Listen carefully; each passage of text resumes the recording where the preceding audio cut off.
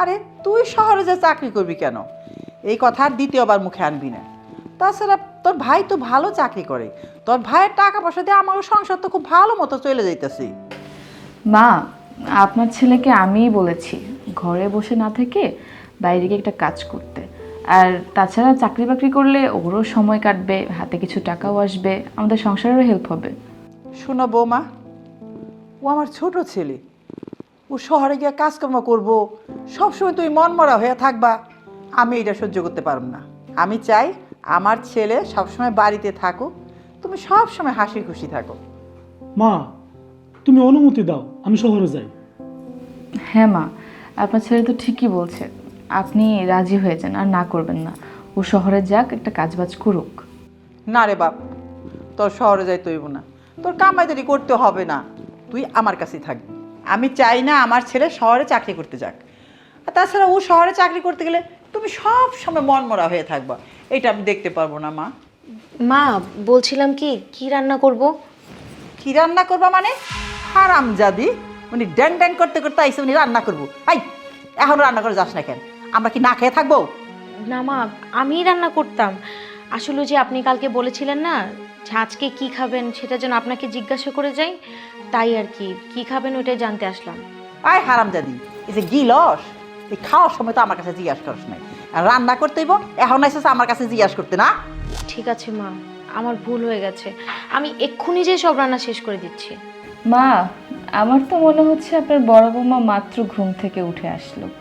বড় লোকের বেটি তো ঘুম ভাঙতেই দিনের 12টা বেজে যায়। তুমি না মা ঠিক কথা কইছো, এই হারামজাদি তো খাইয়ে দেয় কোনো কাম নাই, সারাদিন খালি ঘুমাইয়েই থাকে। না, আমি তো এখন ঘুম থেকে উঠিনি, আমি অনেক সকালে ঘুম থেকে উঠেছি। বাড়ির যত কাজ ছিল সব শেষ করে তারপর এলাম মার কাছে জানতে। মা, আমার কিন্তু খুব ক্ষুধা লাগছে, আমি কিন্তু বেশিক্ষণ ক্ষুধা সহ্য করতে পারি না। ভাবি, যাও তুমি রান্না বসাও গিয়ে। এই যা যা, তাড়াতাড়ি রান্না বসা, আমার সোনা বাবুর ক্ষুধা লাগছে, যা। ঠিক আছে মা। জানো মা, আমার মাঝে মাঝে কি ইচ্ছা করে, মনে হয় ও হারামজাদি চুলের মুঠি ধরে বাড়ি থেকে বাইকে।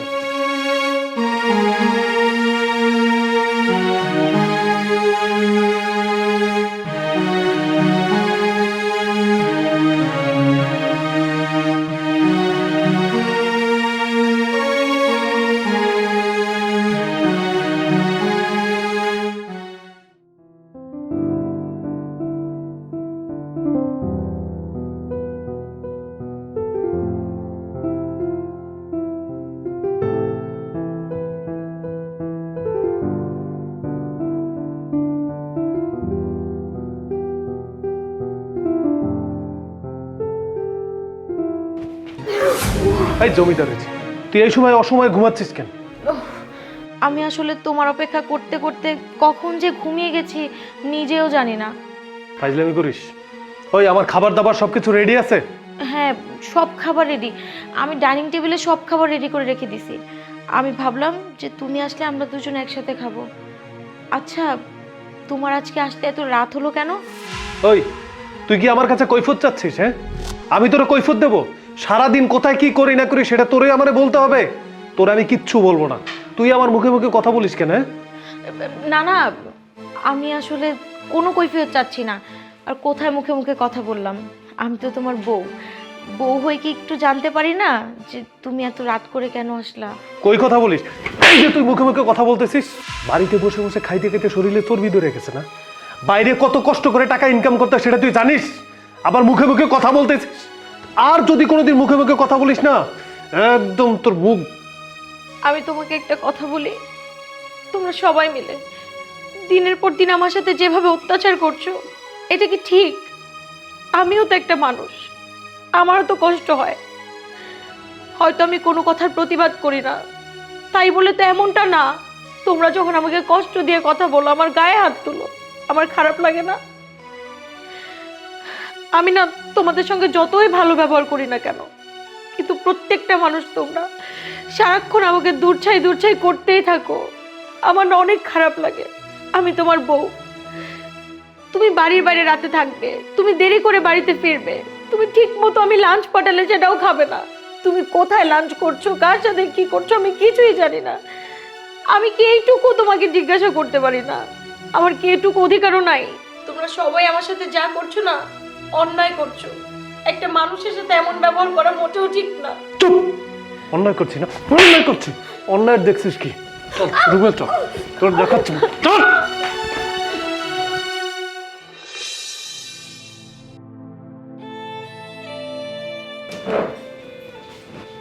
এই যে শোনা বৌমা, জি মা। দেখো। কিছু লাগবে আমাকে বলেন, আমি এনে দিচ্ছি। না না, কিছু লাগবে না। শোনো, এই সারাদিন তোমার সাথে এই খিটির মিটির আমার আর ভালো লাগে না। মা, আমি তো সব সময় চাই এই বাড়ির লক্ষ্মী বউ হয়ে থাকতে। সব কাজও করি, আপনাদের মনের মতো হওয়ার চেষ্টাও করি, কিন্তু আপনারাই তো কেউ আমার সাথে ভালো ব্যবহার করেন না। হ্যাঁ, আমি খুব ভালো করে বুঝতে পারছি ওই ঘুইরা ফিরা সব দোষ আমাদের ঘাড়েই পড়বো। তবে আমি একটা কথা কই তোমারে, তুমি তো লেখাপড়া জানো তাই না? একটা চাকরি বাকরি করো। কি বললেন মা? আমি চাকরি করব? আমি আপনাদের বাড়ির বউ হয়ে বাইরে যে চাকরি করব? হ্যাঁ, মা তো ঠিকই বলেছে, তুমি তো পড়াশোনা জানো, তাহলে চাকরি করতে সমস্যা কোথায়? আর যেখানে মা তোমাকে নিজে পারমিশন দিচ্ছে, তাহলে তোমার না করার তো কোনো মানে হয় না। আমাকে বললে তো আমি দৌড়ে দৌড়ে গিয়ে চাকরিতে চলে যেতাম। মা, এটা তো মানুষ ভালো চোখে নিবে না। সবাই তো বলবে এবারের বউ বাইরে যেয়ে কেন চাকরি করে। মা দেখেন, আমি না আসলে চাকরি টাকরি কোনো কিছু করতে পারবো না। আমি বিয়ে করেছি, সংসার করব। আমি একটা সাংসারিক মেয়ে। আপনারা আমাকে যেভাবে চাইবেন, যেভাবে রাখবেন, আমি ওইভাবেই থাকবো। মা, আমি বাড়ির বাইরে গিয়ে চাকরি করতে পারবো না মা। কেন তুমি চাকরি করতে পারবে না কেন? ও, চাকরি করলে তার ঝগড়া করতে পারবে না, সারাদিন বাসার মধ্যে থাকবা আর আমাকে 14 গোষ্ঠী উদ্ধার করবা। আপনারা যাই বলেন না কেন, আমি চাকরি টাকরি করতে পারবো না। শোনো, তুমি যদি চাকরি না করো তাহলে এই বাড়িতে তোমার জায়গা হইব না, কথাটা মনে রাখো। আসো।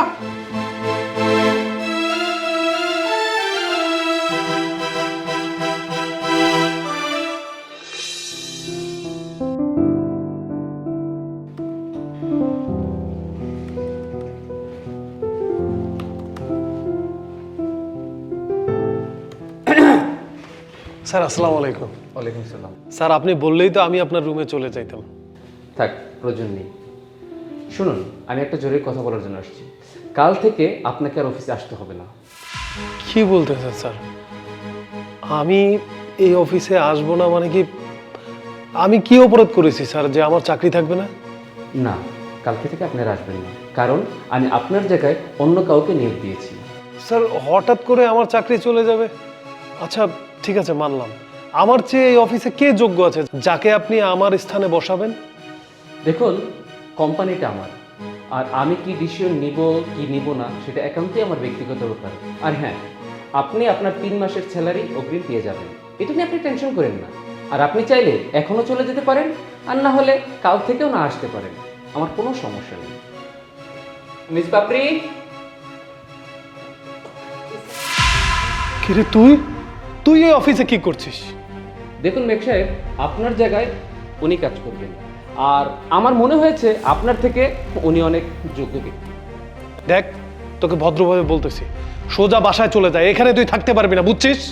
এক্সকিউজ মি মিস্টার, আপনি বোধহয় ভুলে যাচ্ছেন এটা হচ্ছে অফিস, কারো বাসা বাড়ি না। আর আপনি কোনো পার্সোনাল সম্পর্ককে টেনে নিয়ে এসে প্রফেশনাল জায়গায় ভাবে কথা বলতে পারেন না। দেখুন মিস্টার মেঘ, এটা ভদ্রলোকের অফিস, আর অফিসের আচরণ এরকম হতে পারে না। দেখুন, আপনার সাথে তার যদি কোনো ব্যক্তিগত শত্রুতা থেকেও থাকে সেটা বাহিরে, অফিসে না। আপনি যান, এক্ষুনি অফিস থেকে বের হয়ে যান।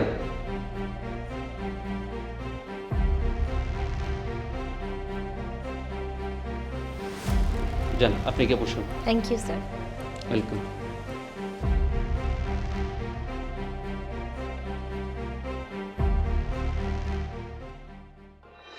কিরে বাবা, তোর চাকরি চলে গেছে, তাতে কি হয়েছে? তুই কি আর চাকরি পাবি না? তোর শিক্ষাগত যোগ্যতা আছে, তুই দেখিস এর চেয়ে ভালো চাকরি পাবি। মা, আমার চাকরি গেছে তার জন্য আমার খারাপ লাগতেছে না। আমার খারাপ লাগতেছে কেন জানো? আমি যে পোস্টে কাজ করতাম সেই পোস্টে এখন আমার বউ চাকরি করে। আমি যখন অফিস থেকে বের হয়ে আসলাম, সবাই আমার দিকে হা করে তাকায় আছে, মনে হয় চিড়িয়াখানার জন্তু দেখতেছে। আমার খারাপ লাগবে না কও? তুই কেন মন খারাপ করতেছ? তুই যেখানে যাবি সেইখানে গেলে চাকরি পাবি।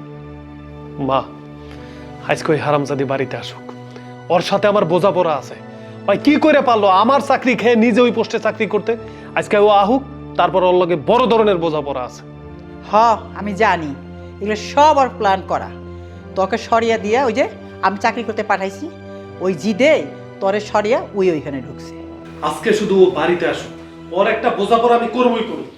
কি ব্যাপার, মা ছেলেতে মিলে কি এমন আলাপ আলোচনা হচ্ছিল শুনি? আচ্ছা, তোমরা কি গল্প করছিলে তা দিয়ে আমি কি করব? যাই হোক মা, আমি না অনেক টায়ার্ড, আমার খুবই খারাপ লাগছে। যান, আপনি কি আমার জন্য এক গ্লাস পানি নিয়ে আসেন? এই, তোমার তো সাহস কম না? তুমি আমার মাকে পানি আনতে বলতেছো? হ্যাঁ, তো কি হয়েছে? মা তো সারাদিন বাড়ির মধ্যে বসে বসেই খায়। আর তাছাড়া আমি অফিস শেষ করে এখন বাড়িতে ফিরলাম, আমার একটু টায়ার্ড লাগছে, আমি কথা না বাড়াই। আর মা একটু পানি দিলে তেমন কিছু হবে না। মা, দাঁড়িয়ে আছেন কেন? যান, এক গ্লাস পানি নিয়ে আসেন আমার জন্য। এই, তুমি কার সামনে দাঁড়িয়ে আমার পানি আনতে হুকুম করতেছো? আমি কি এই বাড়ি চাকরানি? হ্যাঁ মা, আমি ভালো করেই জানি আমি এবারে মালকিনের সামনে দাঁড়িয়ে কথা বলছি। আর একটা কথা মা, আমি তো কখনো জবে যেতে চাইনি, আমি তো কখনো জানতামও না কার সঙ্গে কিভাবে গুছিয়ে কথা বলতে হয়। এগুলো আমাকে কারা শিখিয়েছে? আপনারা। আপনাদের মতো ভদ্রলোকেরাই আমাকে শিখিয়েছে কার সঙ্গে কেমন আচরণ করতে হয়। হ্যাঁ, আমি তোমাকে চাকরিতে পাঠাইছিলাম, তার মানে এই নয় যে তুমি আমার ছেলের চাকরি খেয়ে সেইখানেই তুমি ঢুকবা। আসলে মা, কারো যদি যোগ্যতা না থাকে ওই পোস্টে চাকরি করার, সে কিভাবে চাকরিটা ধরে রাখবে বলেন তো? স্যারের নিশ্চয়ই মনে হয়েছে যে আমি ওই কাজের জন্য যোগ্য, তাই আমাকে চাকরিটা দিয়ে দিয়েছে। আর আপনিই তো বলছেন আমাকে আমি যেন চাকরি করি, তো হইলো না মা? আমি চাকরি করলেই তো হয়েছে, আপনার ছেলে চাকরি করার দরকার কি? সে না হয় বসে বসে খাবে, কি বলো? এই, এত কথা বলিস কেন? আমার যোগ্যতা নাই না? আমার যোগ্যতা ঠিকই আছে। তুই ভুলায় ভালায় স্যারেরে ওইখানে যে জবটা নিছিস। আর তোর আমি ভালোই ভালোই বলতেছি, কালকে তুই অফিসে যাবি, যায় স্যারেরে বলবি তুই চাকরি করবি না আর আমার স্বামীরে সেই পোস্টে দেওয়ার জন্য, ঠিক আছে? আরে না, তা তো হবে না। এত সুন্দর সুবর্ণ সুযোগ কি কেউ হাতছাড়া করে নাকি? আর তাছাড়া তুমি আর চাকরি করে কি করবে বলো? এমনিতেও তো তুমি চাকরির শেষে লেট নাইট বাসায় ফিরতে, আমার সাথে যা তা ব্যবহার করতে, আমাকে বলতে আমি নাকি সারাদিন বসে বসে খাই, বাড়ির কোনো কাজকর্মই করি না। তো আমি ভাবলাম কি, এখন থেকে আমি বাইরে কাজ করব আর তুমি ঘরের সব কাজ করবে, তাহলে হয়ে গেল না সমান সমান? তোর এত বড় সর! তোমার হাতটা না তোমার কাছেই রাখো, যখন তখন আর হাত ওঠানোর চেষ্টাও করবে না আমার গায়ে। দেখছো মা?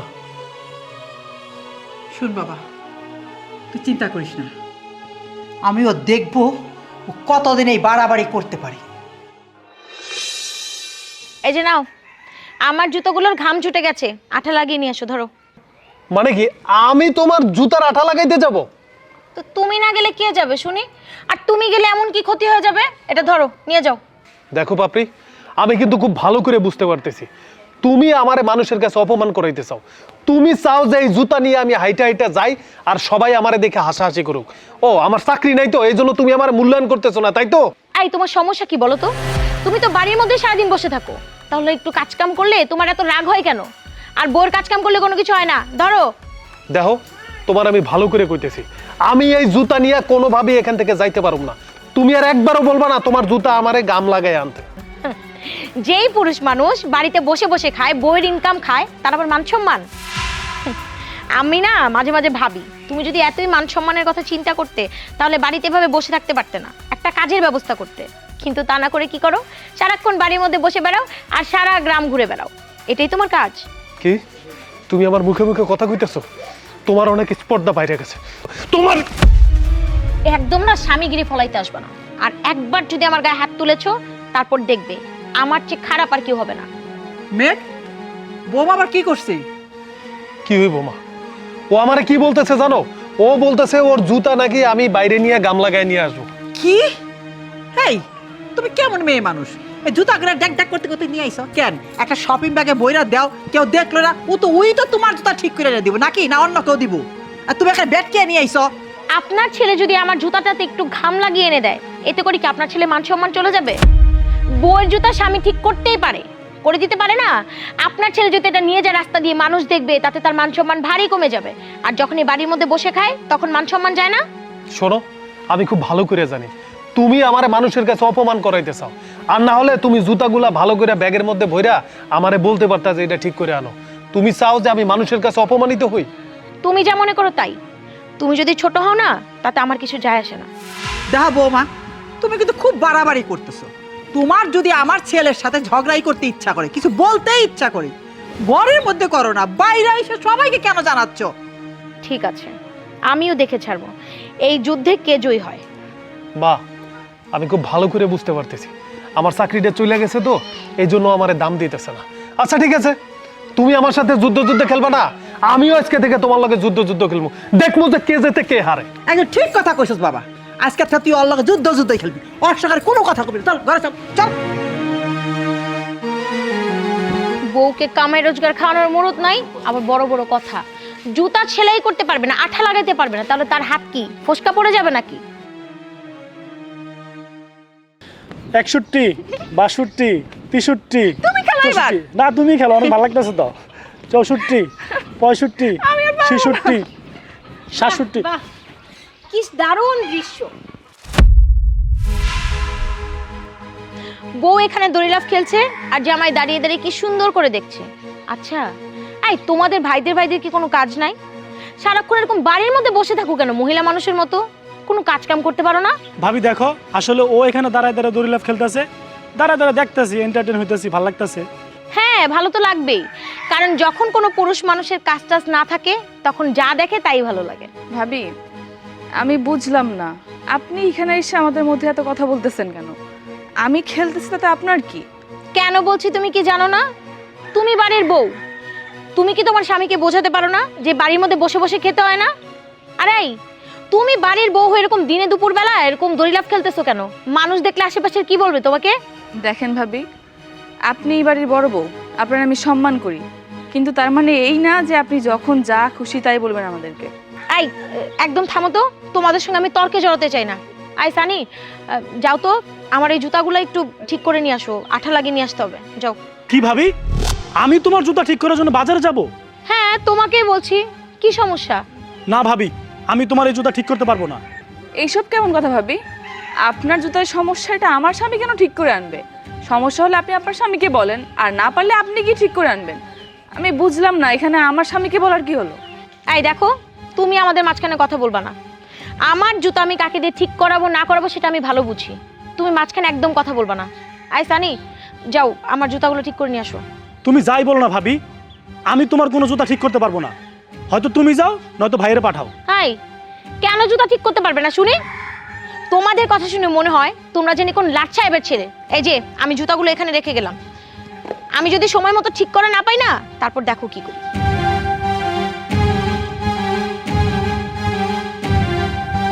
কি আর করবা, যাও, ভাবি কাজ দিছে না, কাজটা সারে আসো।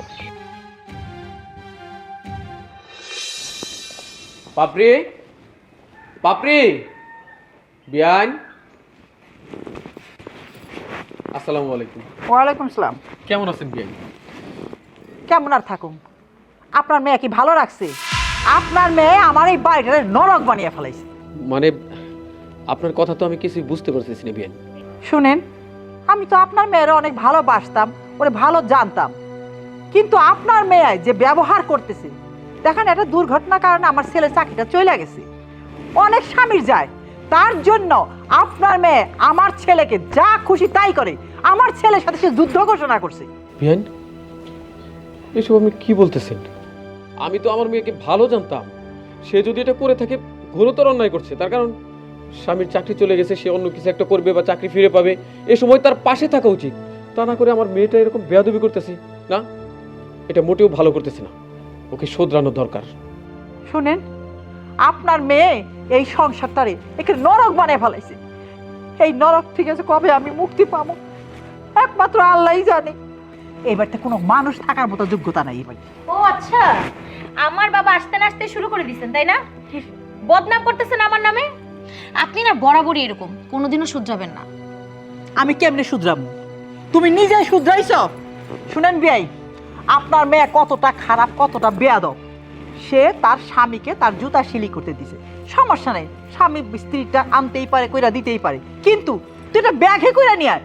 সে মানুষকে দেখানোর জন্য, আমার ছেলেকে অপমান করার জন্য সে খোলা দুইটা জুতা নিয়ে আসছে। আপনি বলেন কোন স্বামী এই খোলা দুইটা জুতা নিয়ে বাইরে মানুষের সামনে সিলি করতে যাবে? মানুষে কি কইব? বাপরি, উনি কিন্তু তোর শাশুড়ি, তাকে সম্মান দিয়ে কথা বলা উচিত। তাছাড়া তুই তাদের সাথে যে ব্যবহার করিস, যে বেয়াদবি করিস, আমি কিন্তু তোকে এই শিক্ষা দেইনি। বাবা, তুমি শুধু আমার অন্যায় আর বেয়াদবিগুলো দেখো, আর তারা যে আমার সাথে কি করে সেটা দেখো না। বাবা শোনো, তুমি না আমাদের এই ফ্যামিলির মাঝখানে কথা বলো না। তুমি যদি এই মাঝখানে ঢুকো, তুমি নিজেও পাগল হয়ে যাবা। তুমি এগুলা থেকে দূরে থাকো, এটাই ভালো। পাপড়ি, আমি কিন্তু তোকে বেয়াদবি শিখাইনি, তোকে পড়াশোনা শিখিয়েছি। তুই তাদের সাথে যে ব্যবহার করিস, কোনো বউ তার স্বামী শাশুড়ি তাদের সাথে এত খারাপ ব্যবহার করে না। বাবার বাড়ি খুব ভালো থেকেছিস, সুখে শান্তিতে থেকেছিস, কিন্তু এখন যদি শ্বশুর বাড়ি এসে তাদের জীবনকে নরক বানাস, তাহলে তাহলে এটা কি হইল? একটা কথা মাটিতে ফালাইতে দেয় না, সব কথার উত্তর দিতে হবে। সব কথার জন্য তাকে তার একটা না কিছু খারাপ করতেই হবে। কেন বাবা, তুমি বউ মানুষ, তোমার কিছু প্রয়োজন হলে তুমি বলো। তোমার স্বামী চাকরি নাই, তোমার যেটা দরকার সে তোমার ছেলের কাছে চাও। আমার ছেলে যদি পারে আইনা দেবে, না পারলে বলবে যে সে আনতে পারছে না। কিন্তু যা ব্যবহার করে না, আপনি হলে সহ্য করতে পারতেন না, তবু আমি মা হয়ে সহ্য করি অনেক কিছু। আচ্ছা বিয়ে সাহেব, অনেক কথা বললাম, আপনি অনেক দূরের থেকে আসছেন, ঘরে আসেন, ঘরে যা বৈশা কথা বলি, আসেন। আচ্ছা চলেন। আর শোন, এই মুহূর্তে তোর শাশুড়ি আর আমার জন্য চা নিয়ে আসবে।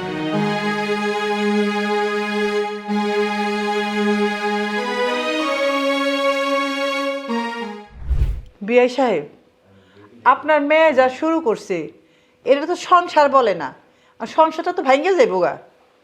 বিয়ান সাহেব, আমার মনে হয় কি একটা সময় সব ঠিক হয়ে যাব, আপনি কোনো চিন্তা করবেন না। আর ঠিক হয়েছে।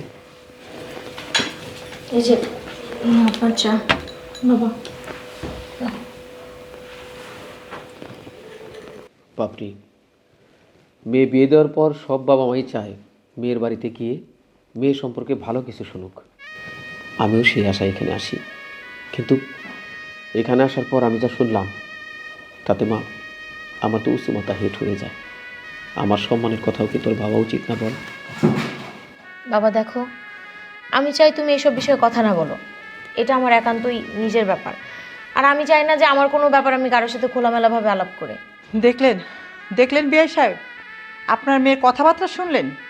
সব সময় সে এরকম করে। আরে স্বামী স্ত্রীর মধ্যে এত ঝগড়াঝাটি থাকবে কেন? সর্বক্ষণ দুইজনের মধ্যে যুদ্ধ করার মতো ভাব নিয়ে চলে। জানেন, আমার এই বাড়িটা না নরক বানিয়ে ফেলাইছি।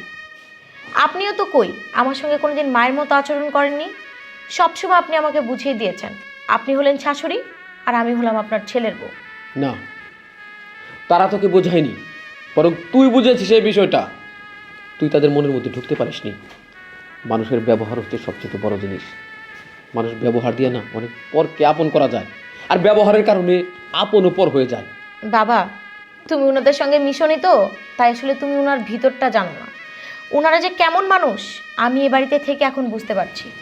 যখন তুমি একসঙ্গে থাকবে তখনই তুমি বুঝতে পারবে এরা প্রত্যেকটা মানুষ এক একটা গিরগিটি।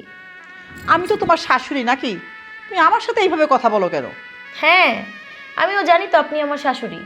আপনি শাশুড়ি হয়েই থাকবেন, কোনোদিন মায়ের জায়গাটা নিতে পারবেন না। Shut up!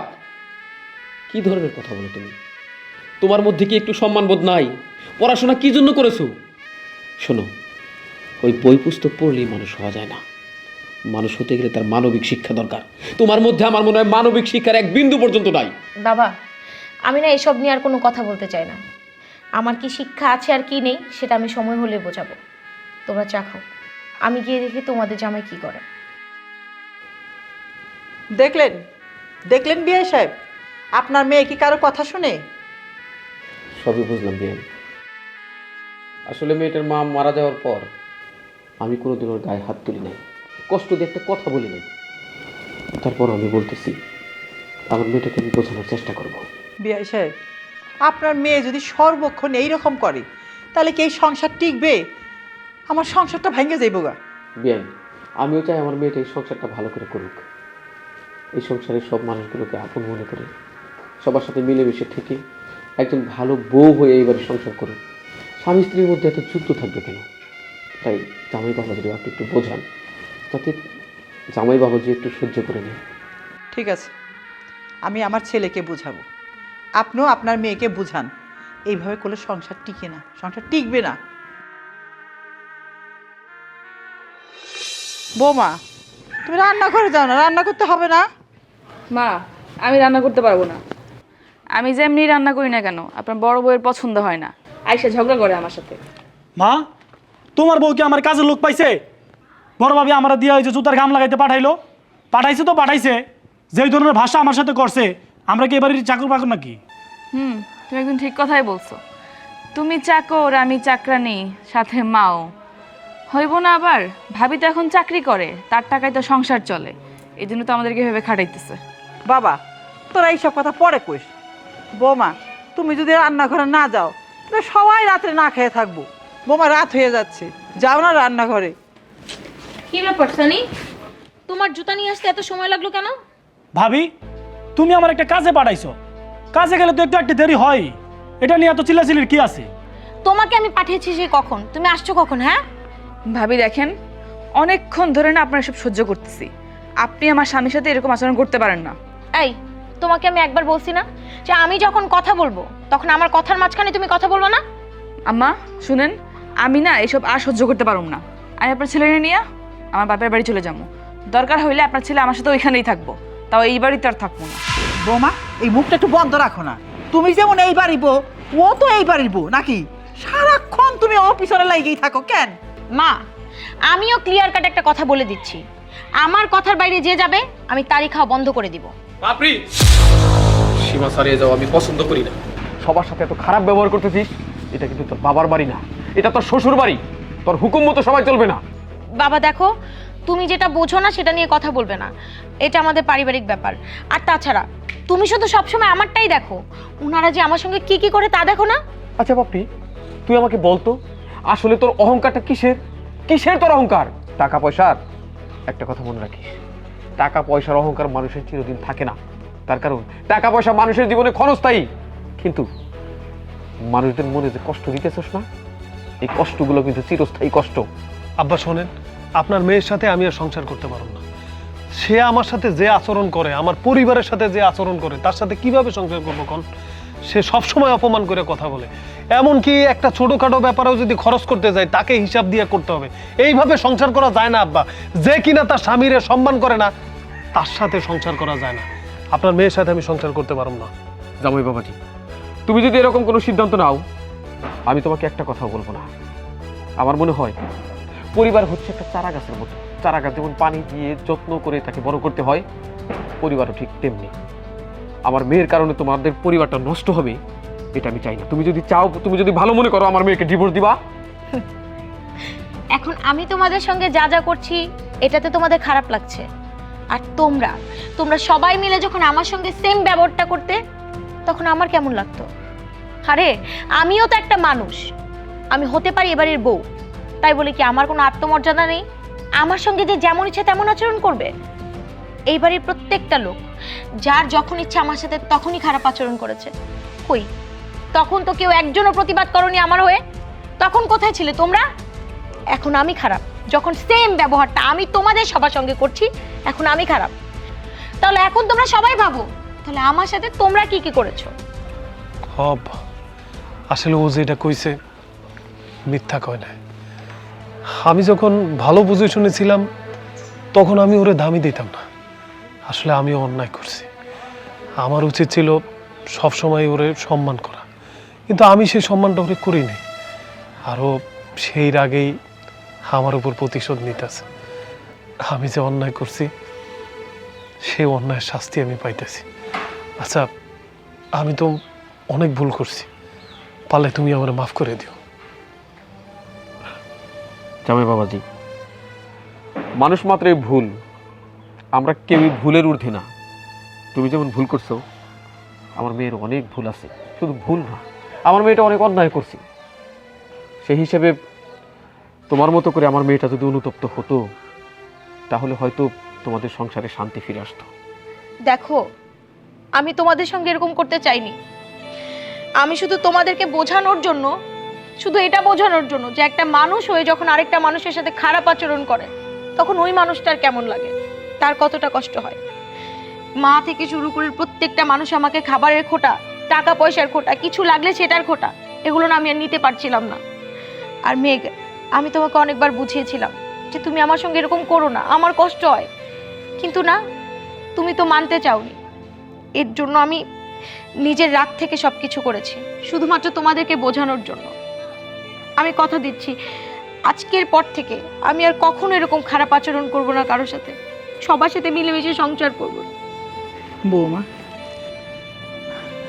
আমরাও ভুল করছি, তুমিও ভুল করছো।